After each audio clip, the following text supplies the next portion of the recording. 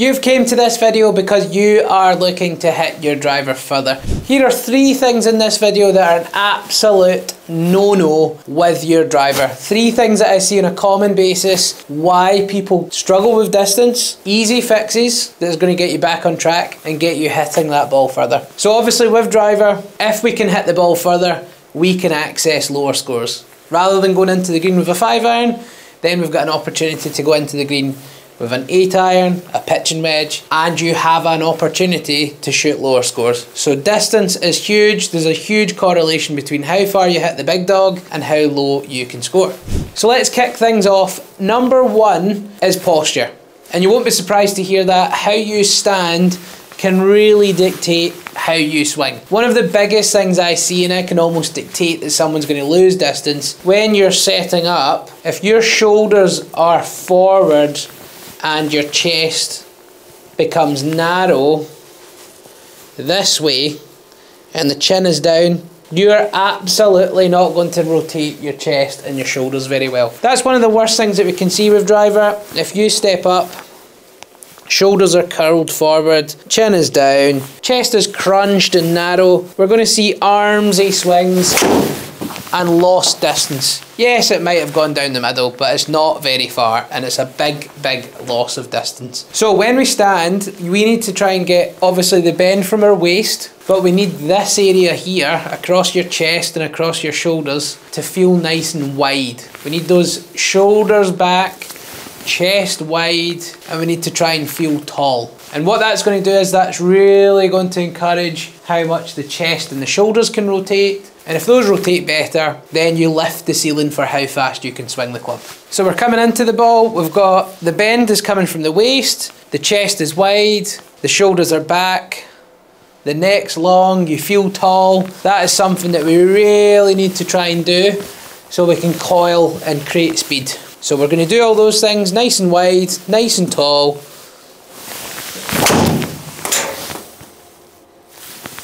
And we can certainly rotate the upper body really well and create some extra speed. Incorporated into that with driver, a lot of people stand too narrow. So if you stand quite narrow, you're not going to have a very steady base with driver.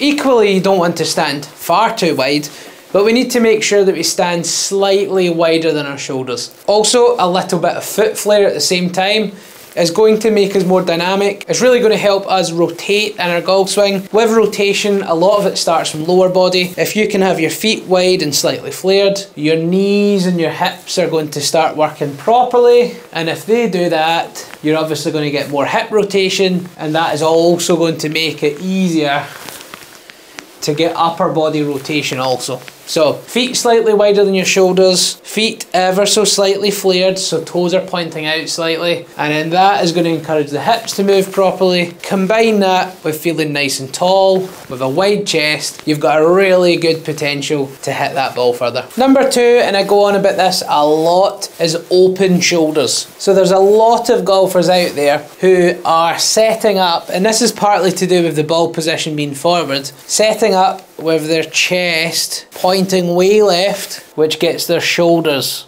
way left. Problem is when we do this, when you set up your shoulders open and your chest points left, you set yourself up to swing across and down. If you start hitting down on the ball quite a lot, you're going to launch it low, you're going to spin it high, and that is not a recipe for good distance. So what I want you to think about is when you set up to the golf ball, if you were to draw a laser coming out of your chest, we want it to point between the middle of the club head and the back of the club head. And that is partly to do with the ball position being inside the left heel, and there's a bit of shoulder tilt. But if we've got the middle of the chest pointing to the back of the club head and not this way, we're going to have the right amount of tilt. We've got a chance to hit the ball on the upswing, which is really going to help distance. And we're also set up this way as opposed to this way. This will get the swing going more upright and swinging down and across. This will get the chest pointing at the back of the club head, is going to get the swing more rounded, and it's really going to improve the angle of attack into the ball.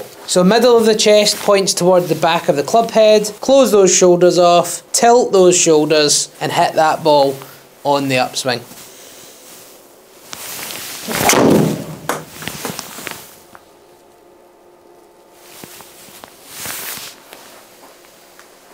And one other thing that you definitely don't want to do if you want to hit the ball further with driver is move the left shoulder in the wrong way. So a lot of golfers who lose distance tend to turn the shoulder down. So the left shoulder down and towards the target. What that does is if we go down and towards the target, that's going to get the spine tilt moving towards the target, and don't be surprised if you see a much steeper looking downswing as a result of that. What we need to try and do with a driver is really coil up and move this left shoulder across and behind the golf ball. If that left shoulder moves down and left, that's going to steepen the angle into the ball, and that is going to lose you a few yards minimum. If you can get this left shoulder to turn itself behind the ball, almost as if it's going towards your right foot, not quite, that's the feeling. If that can turn across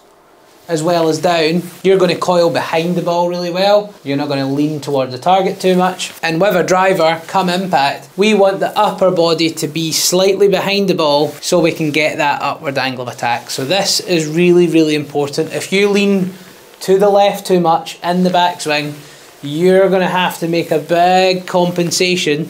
And normally what you see, if someone moves left a lot in the backswing, tilts a lot to the right at the last minute, you normally see those people opening the club face and hitting a bit of a slice. So the feeling in your golf swing, left shoulder turns towards the right foot. It doesn't need to go over the right foot, but it turns across, and it certainly goes behind the golf ball. That is going to be our key thought when we do this. So we've got our setup, we know exactly what we're doing from points 1 and 2. The left shoulder turns across, the upper body stays behind the golf ball, and from there we should get an upward angle of attack and some extra distance.